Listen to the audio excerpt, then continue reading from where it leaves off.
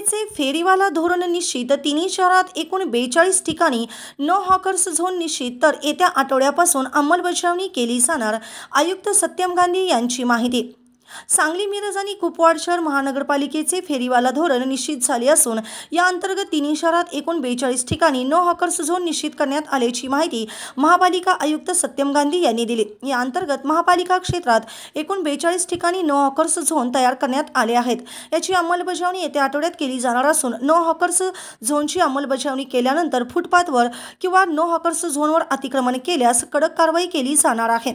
याचबरोबर रात्री 10:30 नंतर कोणतीही हातगाडा व्यवसायाच्या जागी आढळून आल्यास त्यावर कारवाई केली जाणार आहे। यासाठी रात्री अतिक्रमण मोहीम हाती घेऊन रात्री रस्त्यावर लावलेल्या हातगाड्या ताब्यात घेण्यात येणार आहेत। त्यामुळे व्यावसायिक धारकांनी फेरीवाला धोरणाचे पालन करावे आणि महापालिका प्रशासनाला सहकार्य करावे असे आवाहन आयुक्त सत्यम गांधी यांनी पत्रकार परिषदेत केले।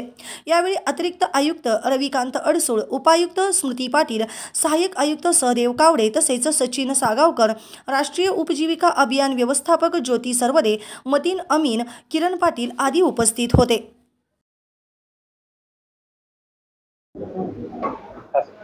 सर्वांना नमस्कार।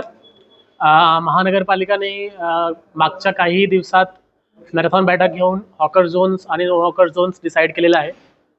महानगरपालिकामध्ये जे काही फेरीवाला आहेत, हातगाडीवाले आहेत, त्यांच्यासाठी आम्ही हॉकर झोन्समध्ये नियोजन केलेले आहे की कुठल्याही परिस्थितीत जे काही मेन रस्ता आहे, जे काही नो हॉकर झोन्स आहे, एसटीचा रस्ता आहे, त्या ठिकाणी हातगाडी न लावता त्यांना हॉकर झोन्समध्येच हातगाडी लावायची आहे। फेरीवाल्याला त्या ठिकाणी धंदा व्यवसाय करायचा आहे।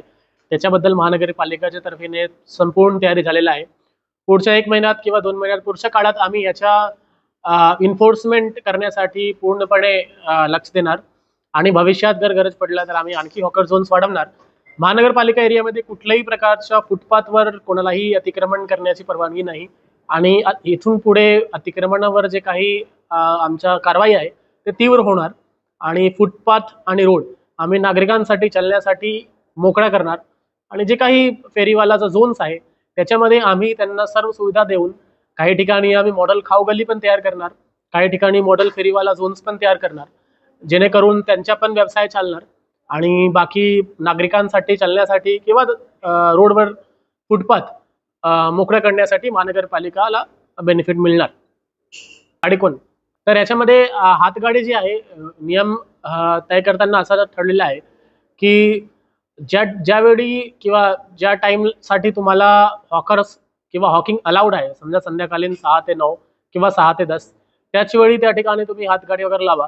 रात्री कुठेतरी मला किंवा आम्हाला अबंडन्ड कुठलं तरी हातगाडी वगैरे दिसलं ते बरेच, कारण त्या ठिकाणी कुत्रा पण येतात, ते सुरक्षाच्या दृष्टिकोनातून पण डेंजरस आहे, सकाळी लोकांना मॉर्निंग वॉकसाठी पण ते अडथळा निर्माण करतात।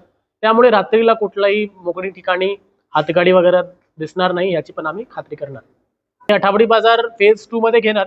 आठवडी बाजारचं कायमस्वरूपी नियोजन कसं काय करता येईल, कुठे कुठे आपल्याला भाजी मंडी डेव्हलप करता येईल आणि त्या ठिकाणी आठवडी बाजार कसं शिफ्ट करता येईल ते आम्ही फेज 2 मध्ये नियोजन करणार। त्याचे पब्लिकला आव्हान आहे की ज्या ठिकाणी हॉकर झोन्स आहेत त्याच ठिकाणी जाऊन चिकन 65 किंवा पनीर 65 घ्या आणि बाकी जे काही नो हॉकर झोन्स आहे त्याला मोकळा ठेवा। आणि जे फेरीवालेच आहेत त्यांना पण असं आव्हान आहे की हॉकिंग झोन्समध्ये तुमच्या हातगाडी लावून आम्हाला पण सहकार्य करा। धन्यवाद।